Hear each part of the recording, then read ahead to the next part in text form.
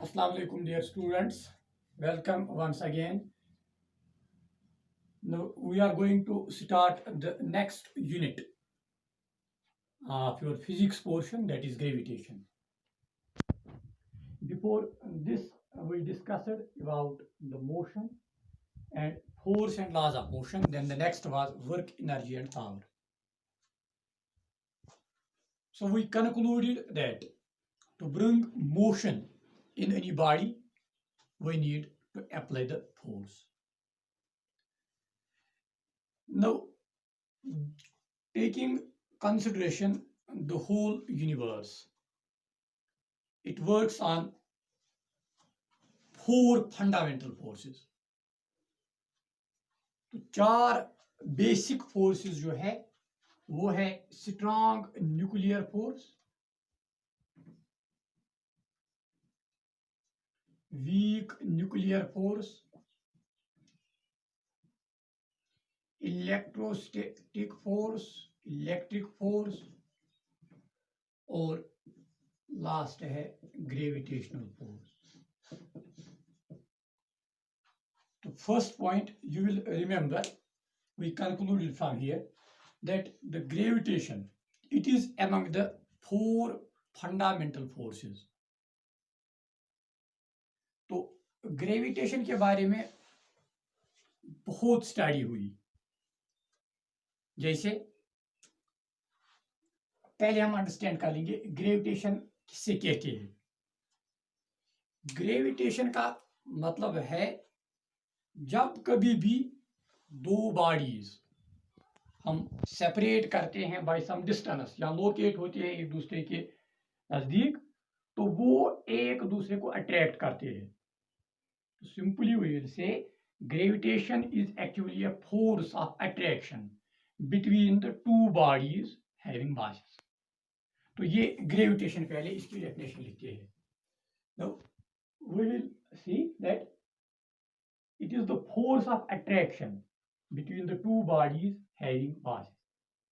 जब कभी भी कोई भी अगर हम दो बॉडीज लेंगे, उनका मास होगा कुछ, तो वो एक दूसरे को अट्रैक्ट करते हैं. तो वो जो दो बॉडीज के दरमियान फोर्स ऑफ अट्रैक्शन एग्जिस्ट होता है, उस फोर्स ऑफ अट्रैक्शन को हम नाम देते हैं ग्रेविटेशनल फोर्स, और simply we can say gravitation. Now seeing the gravitational force, the whole solar system works because of the gravitational force. तो ये ग्रेविटेशनल फोर्स जो दो बॉडीज के दरमियान एग्जर्ट होता है, तो it is exerted along the line joining the centers of the two bodies. यानी जो हम दो बॉडीज लेंगे, तो इनके जो सेंटर्स होते हैं उनके दरमियान एक लाइन खींचते हैं. We say that this force is exerted along this straight line, not side by side. That means if we will bring these two bodies nearer to each other, it is not like this that this side and this surface of this body will attract. No, it's not so. Actually, the force of attraction here, it is along the line joining the centers. तो एक point आप याद रखोगे, ये force of gravitation जो है, it is along the line joining centres. इसी तरह से एक और बात आप ग्रेविटेशन फोर्स के बारे में याद रखोगे, जो ग्रेविटेशनल फोर्स है ये हमेशा होता है अट्रैक्टिव इन नेचर. तो ग्रेविटेशनल फोर्स के बारे में आप याद रखोगे, it is always attractive. जैसे हम मैग्नेटिक फोर्स जब पढ़ते हैं तो वहां हम रिपल्शन की बात करते हैं, लेकिन ग्रेविटेशनल फोर्स में रिपल्शन की बात नहीं आती है. It is always attractive. तो एक और पॉइंट आप ग्रेविटेशनल फोर्स के बारे में याद रखोगे, जो मैंने यहाँ फोर फंडामेंटल फोर्सेस कहे, तो इन फंडामेंटल फोर्सेस में जो ग्रेविटेशनल फोर्स है, it is the weakest. This is the strongest, this is second, this is third, and this is fourth. So it is the weakest fundamental force.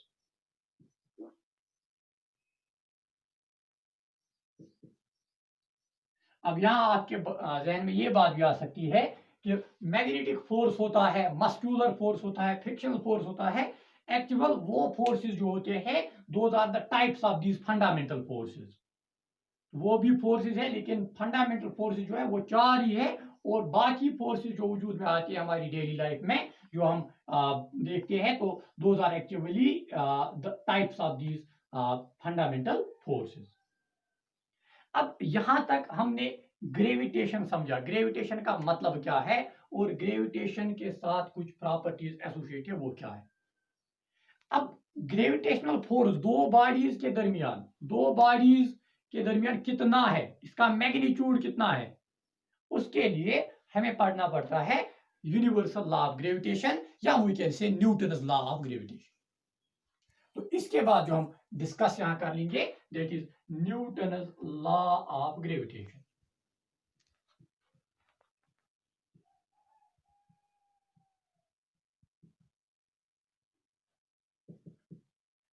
इसको हम लिख सकते हैं, it is universal law of gravitation.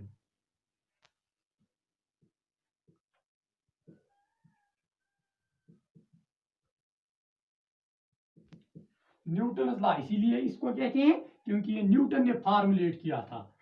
तो universal भी समझ में आ जाएगा। तो ये हम पढ़ते हैं टू नो द और to find the magnitude of gravitation और मेजर ऑफ ग्रेविटेशन।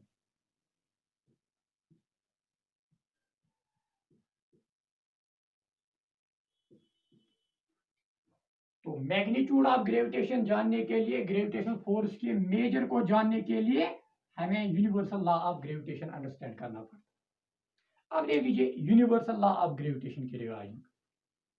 एक्चुअल जो न्यूटन ने यूनिवर्सल लॉ ऑफ ग्रेविटेशन दिया, ये न्यूटन की खाली न्यूटन का सहारा नहीं है। एक्चुअल न्यूटन ने उन तमाम फिलासफर्स को, उन तमाम साइंटिस्ट्स के कंसेप्ट को अच्छे से रीड किया जो उससे पहले आए थे और कुछ स्टडी की थी उन्होंने regarding gravitation.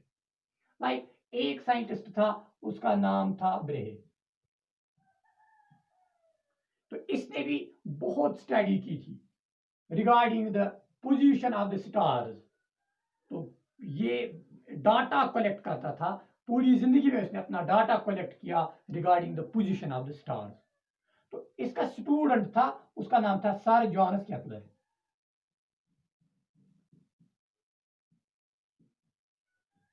Sir Johannes Kepler जो है, इसने ब्रेहे का स्टूडेंट था। तो उसने उसके तमाम डाटा को कलेक्ट किया, स्टडी किया। तो उसके बाद इसने केपलर्स लॉज फार्मुलेट किए, जो आप हायर क्लासेस में पढ़ते हो, Kepler's laws of planetary motion, जो केपलर ने 3 लॉज दिए थे। तो we will say starting right from the Copernicus से लेके केपलर तक न्यूटन ने सारा डाटा कलेक्ट करके इनको स्टडी किया। And finally Newton was able to give a clarification, give a universal law which was universally accepted. तो that was known as Newton's law of gravitation. तो अब इसके बारे में आपने ये कहानी सुनी भी होगी कि न्यूटन कितनी सही है। तो ये है कि न्यूटन बाग में बैठा था, तो उस बाग में बैठते वक्त उसने देखा कि पेड़ से सेब गिर गया। तो सेब जब नीचे आया तो he was thinking why not it got up, why only towards अर्थ। तो ये एक ऐसी सिचुएशन थी जिसने न्यूटन की क्यूरियोसिटी बढ़ा दी एंड उससे ग्रेविटेशन का कंसेप्ट सामने आया। तो this was something regarding the Newton's law of gravitation. Now we will say Newton's law of gravitation कैसे स्टेट कर लेंगे हम। तो न्यूटन्स लॉ ऑफ ग्रेविटेशन क्या कहता है कि दो बॉडीज के दरमियान जो फोर्स ऑफ अट्रैक्शन एक्सर्ट होता है वो 2 फैक्टर्स पे डिपेंड करता है। नंबर 1, उन दो बॉडीज के दरमियान, उन दो बॉडीज का जो मास होगा, उन दो बॉडीज का जो मास होगा, उन दोनों बॉडीज के मास का प्रोडक्ट उसके डायरेक्टली प्रोपोर्शनल होता है फोर्स ऑफ ग्रेविटेशन। अब दूसरा पॉइंट क्या है कि जो ये फोर्स ऑफ अट्रैक्शन दो बॉडीज के दरमियान है, ये होता है inversely proportional to the square of the distances between them. Like if we will take this is body 1 and this is body 2, that it has mass m1 and it has mass m2, and they are separated by a distance of r. Now there is the force of attraction between these two bodies as per the gravitation, and this force acts along the line joining their centers. तो इनके दरमियान यानी ball ए, अगर हम ये ball ए consider कर लेंगे, it attracts the ball B towards itself and ball B attracts the ball A towards itself. तो ये जो फोर्स उनके दरमियान है, it is attractive force, force of gravitation. तो न्यूटन का कहना है कि इन बॉडीज के दरमियान जो अट्रैक्टिव फोर्स एक्सर्ट होता है, ग्रेविटेशनल फोर्स एक्सर्ट होता है, it is directly proportional to the product of their masses. और इनवर्सली होता है proportional इनके दरमियान जो डिस्टेंस है, डिस्टेंस स्क्वायर. तो we will write it as statement. तो यूनिवर्सल लॉ ऑफ ग्रेविटेशन का स्टेटमेंट मैंने आपके लिए लिखा. It states that the force यानी gravitational force between two bodies is directly proportional to product of their masses and inversely proportional to the square of distance between them. तो ये दो equations हम ऐसे लिखेंगे. The force of attraction between two bodies is directly proportional to product of masses. Ball A का mass हमने क्या लिया, m1, बॉल बी का m2. That means it is m1 multiplied by m2. So this becomes the equation first. अब दूसरा statement क्या है, inversely proportional to square of distance. That means F is proportional to 1 divided by r square. तो ये दो equations बन जाती है जो यूनिवर्सल लॉ ऑफ ग्रेविटेशन का स्टेटमेंट है. तो अब इन दोनों इक्वेशन में देख लीजिए, it is the force between two bodies. तो we will combine these two equations, combining first and second. पहली और दूसरी इक्वेशन को कंबाइन कर लेंगे तो it becomes F is proportional to, पहली इक्वेशन में m1 into m2 तो divided by r square. Now it is like this. F is proportional to m1 into m2 by r square. अब ये proportionality है, इस प्रोपोर्शनलिटी से हम major हासिल नहीं कर सकते. तो इसलिए इसके लिए हमें इक्वलिटी का साइन चाहिए. लेकिन प्रोपोर्शनलिटी इक्वलिटी से रिप्लेस ऐसे नहीं होती है. इसके लिए हमें किसी कांस्टेंट का इस्तेमाल करना पड़ता है, जिसको हम कांस्टेंट ऑफ प्रोपोर्शनलिटी कहते हैं. जैसे काइनेटिक एनर्जी में हमने देखा, kinetic energy is equal to 1/2 mv square. तो उस वक्त मैंने आपको समझाया था कि अगर हम इस कांस्टेंट को और इक्वलिटी को खत्म कर लेंगे, रिप्लेस कर लेंगे, तो it is replaced by proportionality. इसी तरह से प्रोपोर्शनलिटी के बदले एक तो इक्वलिटी लगती है और एक कांस्टेंट. तो इनके दरमियान जो कांस्टेंट इस्तेमाल किया गया, तो it is like this. F proportionality के बदले इक्वलिटी और कांस्टेंट, और वो कांस्टेंट जो है दैट इज कैपिटल जी, और साथ में है m1 multiplied by m2 divided by r square. तो यहां F फोर्स है, m1 m2 masses of the two bodies and r is the distance between the two bodies. Now what is this g? So you will remember where g is universal gravitational constant.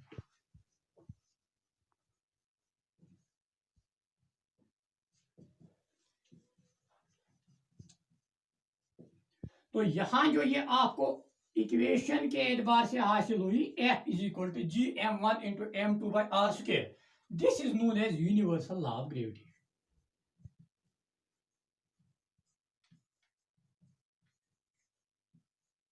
तो ये law इस्तेमाल करके हम दो bodies के दरमियान gravitational force calculate कर सकते हैं. लाइक इसका वैल्यू कांस्टेंट है, जी का वैल्यू, तो m1 m2 r अगर दिया होगा तो we will substitute the values and we will be able to calculate the value of force, magnitude of force, gravitational force between the two bodies. तो ये g जो है, g का वैल्यू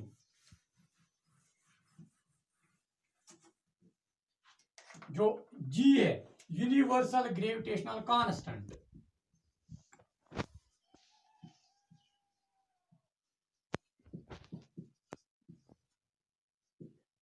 कैपिटल जी से डिनोट किया जाता है। इस जी का वैल्यू हेनरी कैवेंडिश ने कैलकुलेट किया था। हेनरी कैवेंडिश,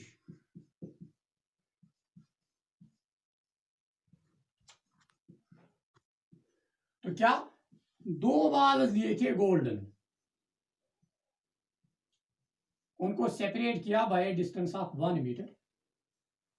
तो अब ये 2 golden balls of mass is 1 kg separated by distance of 1 metre. तो इनके दरमियान जब they were suspended, these 2 balls were suspended, तो इनके दरमियान जो फोर्स एक्सर्ट हुआ, that gives us the value of G. Henry Cavendish ने ये निकाला। अब इन दो के दरमियान, अब हम कहेंगे ये 2 बॉडीज है, ये एक दूसरे को अट्रैक्ट करते हैं, this 2 marker pens attract each other, लेकिन वो फोर्स हम देख नहीं सकते हैं, यकीनन हम उसको देख नहीं सकते हैं क्योंकि उसका मैग्नीट्यूड बहुत कम होता है। लेकिन there is force of attraction between these 2 bodies. तो यही एक्सपेरिमेंट किया था हेनरी कैवेंडिश ने और उससे इसने जी का वैल्यू निकाला। तो जी का वैल्यू जो है it is 6.67 into 10 to the power minus 11 newton metre square per kg square. So this becomes the value. Now this value of G, universal gravitational constant, it is 6.67 into 10 to the power minus 11 Newton meter square per kg square. It is constant, it does not change throughout the universe, whether you will take the value of G on the moon or on the earth, on the surface of the sun or any other planet, its value does not change, it remains constant, hence known as universal gravitational constant. So this is about universal law of gravitation. Now the next will be discussed in the next lecture. Thank you.